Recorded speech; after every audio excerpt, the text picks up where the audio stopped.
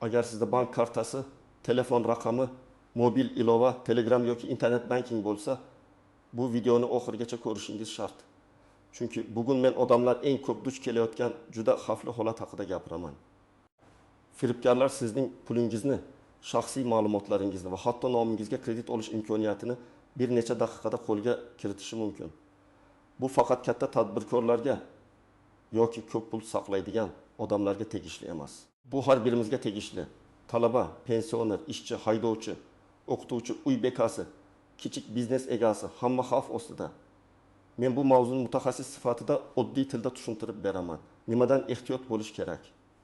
Qaysi belgilar firibgarlik ekanini ko'rsatadi? Pul yechilib ketgan bo'lsa nima qilish kerak? Qaysi joyga murojaat qilish kerak va qanday hujjatlarni tayyorlash kerak? Videoni hoziroq saqlab qo'ying, yaqinlaringizga yuboring.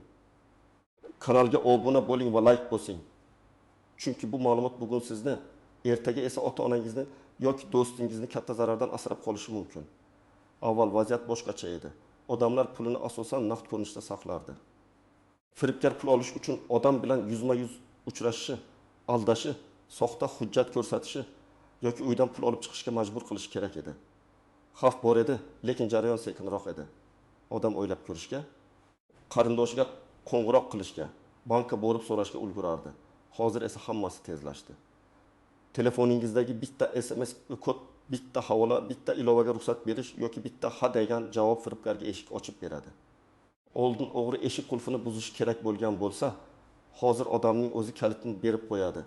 Eng xavflisi shundaki, ko'pchilik buni anglamaydi. Ular men aqlliman, meni aldashmaydi deb o'ylaydi. Lekin firibgarlar aynan aqli, ishlaydigan, telefondan faol foydalanadigan, kartasida pul aylanadigan odamlarni nishonga oladi. Bugungi firibgarlik oddiy. Siz yutuq yutdingiz degan xabar bilan cheklanmaydi. Endi ular bank xodimi bo'lib qo'ng'iroq qiladi. Soliq idorasi nomidan yozadi.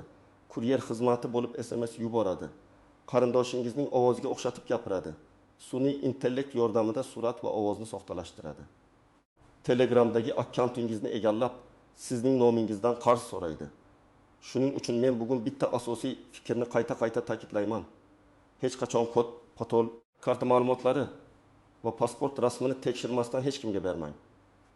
Eng avvalo siz bilishingiz kerak bo'lgan narsa bank, davlat idorasi, mobil operator yoki to'lov tizimi xodimi hech qachon sizdan SMS kod, kartaning orqa tomonidagi 3 xonali kod, ilova paroli yoki shaxsiy kabinet parolini so'ramaydi. Agar kimdir kartangiz blok bo'ladi, hisobingizdan pul yechilmoqda, tezda kodni ayting. Operatsiyani bekor qilish uchun tasdiqlang desa, bu deyarli har doim firibgarlik belgisi. Men amaliyotda ko'p uchratgan vaziyatlardan biri shunday bo'ladi. Odamga qo'ng'iroq qilishadi va o'zini bank xavfsizlik bo'limi xodimi deb tanishtiradi. U juda ishonchli gapiradi, hatto sizning ismingizni, familiyangizni, ba'zida kartangizning oxirgi raqamlarini ham aytishi mumkin. Odam darrov ishonadi. Chunki agar u firibgar bo'lsa, mening ismimni qayerdan biladi deb o'ylaydi. Aslida bu ma'lumotlar turli bazalardan yetkazib berish xizmatlari, e'lon saytlari, eski ro'yxatlar yoki ochiq manbalardan chiqib ketgan bo'lishi mumkin. Ismingizni bilishi uning bank xodimi ekanini isbotlamaydi.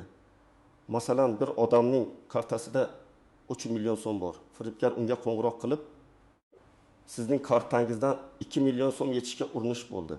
Operatsiyani bekor qilish uchun hozir kelgan kodni ayting deydi. Odam qo'rqib ketadi. Chunki gap pul haqida ketmoqda, SMS keladi. Unda aslida pul o'tkazishni tasdiqlash kodi yozilgan bo'ladi. Odam matni oxirigacha o'qimaydi, faqat kodni aytadi. Natijada firibgar 3 million so'mni boshqa kartaga o'tkazadi. Bu yerda eng katta xato ko'rgu ostida qaror qabul qilishdir. Yana bir keng tarqalgan holat Telegram yoki boshqa messenjer orqali sizga posilka keldi. Jarimani tekshiring, subsidiya olish uchun ro'yxatdan o'ting. Kompensatsiya puli berilmoqda degan havola yuboriladi. Odam havolaga kiradi, kartasini kiritadi, telefon raqamini yozadi, SMS kodni tasdiqlaydi. Ko'rinishda bu oddiy forma bo'ladi.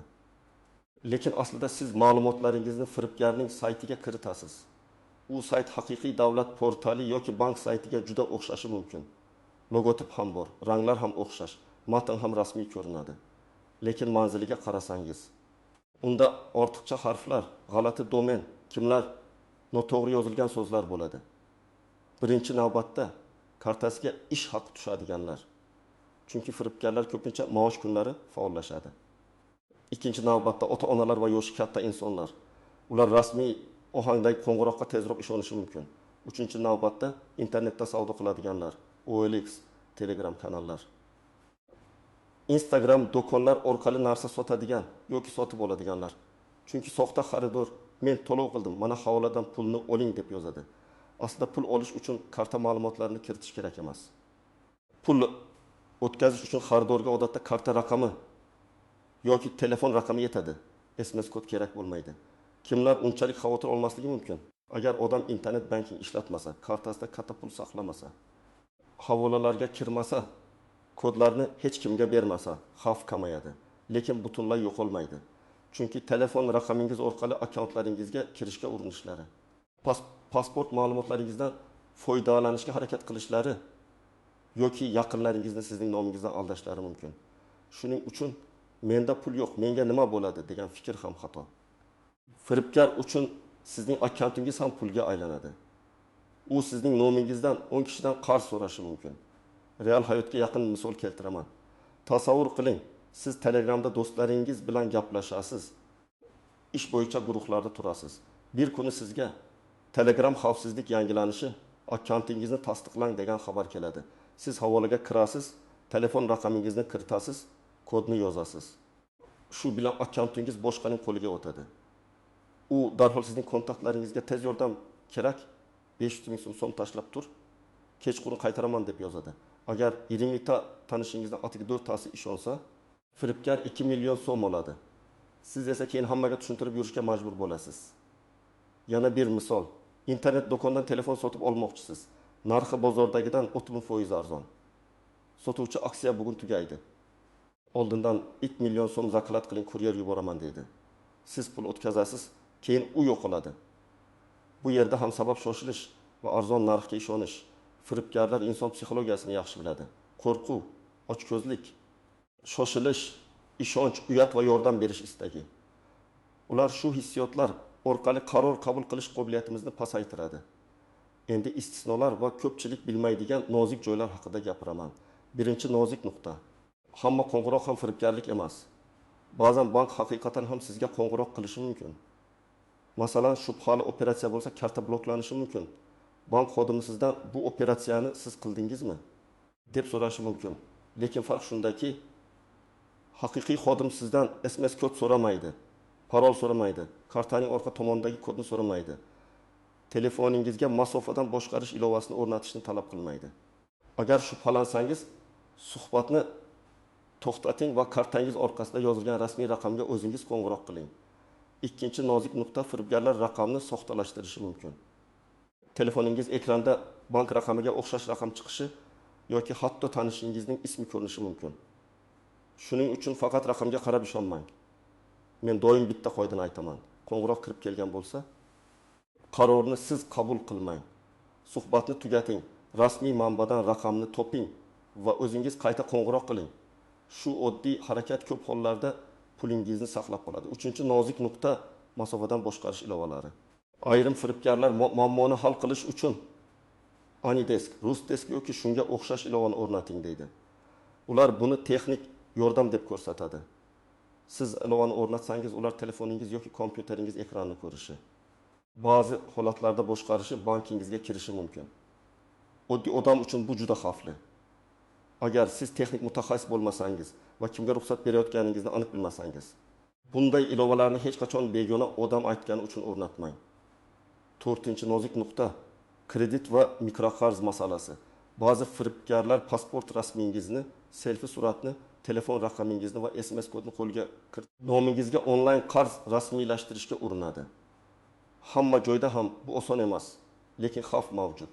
Shuning uchun pasportingiz rasmini Telegramda, notanish botlarda, shubhali anketalarda yuborishdan oldin 2 marta o'ylang. Agar ishga kirish, ijara, savdo yoki xizmat uchun pasport so'rashsa, nima maqsadda kerakligini aniq so'rang. Imkon bo'lsa, ortiqcha ma'lumotlarni yopib yuboring yoki faqat rasmiy tashkilotlarga taqdim eting. 5-nozik nuqta. Pulni qaytarib beramiz degan ikkinchi firibgarlik. Odam bir marta aldanib pul yo'qotadi. Keyin unga boshqa odam yozadi. Biz yo'qolgan pullarni qaytarish bilan shug'ullanamiz. Oldindan xizmat haqqi to'lang deydi. Bu ham firibgarlik bo'lishi mumkin. Haqiqiy huquqiy yordam bo'lsa, shartnoma, manzil guvohnoma, rasmiy to'lov tartibi bo'ladi. $100 to'lang, 24 soatda pulingizni qaytaramiz degan gaplarga ishonmang. Pul ketgandan keyin odam umidga yopishadi, firibgarlar esa aynan shu umiddan foydalanadi. 6-nozik nuqta. Yaqinlaringizdan kelgan xabar ham har doim haqiqiy bo'lmasligi mumkin. Agar akangiz, opangiz yoki do'stingiz Telegramda tezda pul yubor desa, darhol pul tashlamang. Avval unga telefon qiling. Agar qo'ng'iroqni ko'tarmasa, ovozli xabar so'rang. Faqat sizlar biladigan savol bering. Masalan, kecha qayerda ko'rishgan edik yoki onamizning tug'ilgan kuni qachon kabi. Firibgar akkauntni egallagan bo'lishi mumkin. Lekin sizning oilaviy tafsilotlaringizni bilmasligi mumkin. 7-nozik nuqta. Bank kartasini ikki xil tushunish kerak. Karta raqami pul o'tkazish uchun kerak bo'lishi mumkin. Bu har doim ham sir emas. Lekin amal qilish muddati, orqa tarafdagi kod, SMS tasdiqlash kodi va ilova paroli maxfiy. Karta raqamini berganingizning o'zi odatda yetarli xavf emas, lekin uni boshqa ma'lumotlar bilan birga bersangiz xavf keskin oshadi. Masalan, karta raqami, telefon raqami, SMS kod va pasport bir joyda bo'lsa, firibgar uchun bu juda qimmatli to'plamga aylanadi. Endi aniq qadamlar haqida gapiraman. Birinchi qadam. Hoziroq telefoningizdagi bank ilovalarini tekshiring. Parolingiz juda oddiy bo'lmasin. Tug'ilgan kun 1021, 1234, telefon raqamining oxiri kabi parollarni ishlatmang. Biometrik kirishdan foydalansangiz ham asosiy parol kuchli bo'lsin. Ilovani faqat rasmiy App Store yoki Google Play orqali yangilang. Ikkinchi qadam, SMS kod bo'yicha o'zingizga qat'iy qoida qo'ying. Kod kelgan zahoti avval xabar matnini to'liq o'qing. U yerda nima yozilgan? Pul o'tkazishmi, ro'yxatdan o'tishmi? Parol tiklashmi? Agar siz bu amalni boshlamagan bo'lsangiz, kodni hech qayerga kiritmang va hech kimga aytmang. Kod so'ragan odam qanchalik muloyim, shoshiruvchi yoki qo'rqituvchi bo'lmasin, suhbatni to'xtating. 3-qadam. Ota-onangiz va yaqinlaringiz bilan bugunoq gaplashing. Ularga bank xodimi kod so'ramaydi. Begona havolaga karta kiritilmaydi. Qarindosh pul so'rasa, avval qo'ng'iroq qilinadi degan 3ta qoidani tushuntiring. Bu gaplar oddiy tuyuladi, lekin ko'p oilalarda aynan shu suhbat bo'lmagani uchun pul yo'qotiladi. Ayniqsa yosh katta insonlarga telefon orqali bosim qilishsa, ular hayajonlanib qolishi mumkin. Ularga shunday deng: agar biror shubhali qo'ng'iroq bo'lsa, hech narsa qilmang. Avval menga qo'ng'iroq qiling. 4-qadam. Ijtimoiy tarmoqlarda shaxsiy ma'lumotlarni kamaytiring. Pasport, karta chipta, shahatnoma, farzandingizning hujjati, mashina tex pasporti kabi narsalarni ochiq joyga qo'ymang. Hatto surat fonida hujjat ko'rinib qolsa ham xavf tug'ilishi mumkin. Firibgar uchun kichik parcha ham foydali bo'ladi. U siz haqingizda qancha ko'p bilsa, sizga shuncha ishonchli yolg'on ayta oladi. 5-qadam. Agar pul yechilib ketgan bo'lsa, vahimaga tushib vaqt yo'qotmang. Darhol bankning rasmiy raqamiga qo'ng'iroq qiling va kartani bloklatishni so'rang. Ilovadan kirish imkoningiz bo'lsa, kartani vaqtincha bloklang. Keyin bankdan operatsiya bo'yicha ma'lumot so'rang. Qachon, qaysi summa, qaysi yo'nalishga ketgan. Bu ma'lumot keyingi murojaatlar uchun kerak bo'ladi. 6-qadam. Ichki ishlar organlariga yoki kiberxavfsizlik bo'yicha mas'ul bo'limlarga murojaat qiling. Murojaat holatini aniq yozing. Qachon qo'ng'iroq bo'ldi, qaysi raqamdan, qanday gaplashdi, qaysi havola yuborildi, qancha pul yechildi, qaysi kartadan ketdi, siz qanday kod kiritdingiz yoki qanday harakat qildingiz. Skrinshotlar, SMS xabarlari, qo'ng'iroq tarixi, chek bank ko'chirmasi, yozishmalarni saqlab qo'ying. Hech narsani o'chirib yubormang. Hatto uyat bo'lsa ham yashirmang. Mutaxassisga aniq ma'lumot qancha ko'p berilsa, vaziyatni tekshirish shuncha oson bo'ladi. 7-qadam, agar Telegram yoki boshqa akkauntingiz egallangan bo'lsa, darhol barcha faol seanslarni tugating. Telegramda sozlamalarga kirib, qurilmalar bo'limidan begona qurilmalarni chiqarib tashlash mumkin. Parolni almashtiring, 2 bosqichli himoyani yoqing. Kontaktlaringizga mening nomimdan pul so'rashsa ishonmang deb xabar bering. Bu noqulay, lekin zarur. Kechiksangiz firibgar sizning nomingizdan ko'proq odamni aldashi mumkin. 8-qadam. Xarid qilayotganda tekshirish odatini yarating. Sotuvchi shoshirsa, narx juda arzon bo'lsa, faqat oldindan to'lov talab qilsa, manzil bermasa, video qo'ng'iroqdan qochsa, izohlari sun'iy ko'rinsa, ehtiyot bo'ling. Agar 5 million so'mlik telefon 3 million so'mga sotilayotgan bo'lsa, bu omad emas, balki tuzoq bo'lishi mumkin. Oldindan to'lov qilsangiz ham summani minimal qiling, imkon bo'lsa, tovarni ko'rib, keyin to'lang. 9-qadam. Bolalar va o'smirlarni ham ogohlantiring. Ular o'yin akkauntlari, bonuslar, bepul skinlar, ovoz berish havolalari orqali aldanishi mumkin. Bola bu oddiy o'yin deb o'ylaydi, lekin telefon ota-onaning raqamiga ulangan bo'lishi, karta saqlangan bo'lishi mumkin. Farzandingizga ham bitta qoida o'rgating. Begona havolaga kirishdan oldin ota-onadan so'rash kerak. 10-qadam, o'zingizni ayblab jim yurib qolmang. Firibgarlik qurboni bo'lgan odam ko'pincha men qanday qilib ishondim deb o'zini qo'ydi. Lekin firibgarlar professional ishlaydi. Ular ssenariy tuzadi, psixologik bosim qiladi, texnik usullardan foydalanadi. Muhimi, xatoni yashirmaslik, tez harakat qilish va boshqalarni ogohlantirish. Men bugun sizga eng muhim narsani tushuntirdim. Zamonaviy firibgarlik tez, ishonchli ko'rinadigan va hissiyotga bosim qiladigan usullar bilan ishlaydi. Asosiy himoya esa juda oddiy. Kodni bermang, havolani tekshiring, shoshilmang. Rasmiy raqamga o'zingiz qo'ng'iroq qiling, yaqinlaringizni ogohlantiring va shubhali holatda darhol kartani bloklang. Agar bu video sizga foydali bo'lgan bo'lsa, albatta like bosing, kanalga obuna bo'ling va izohlarda yozing. Siz yoki tanishlaringiz shunday holatga duch kelganmi? Fikringizni yozing. Chunki bitta izoh ham boshqa odamni ogohlantirishi mumkin. Bu videoni ota-onangizga, do'stlaringizga va ishdagi guruhlarga yuboring. Men keyingi videolarda ham sizni pulingiz, huquqingiz va xavfsizligingizga ta'sir qiladigan muhim mavzular haqida sodda va aniq qilib xabardor qilib boraman.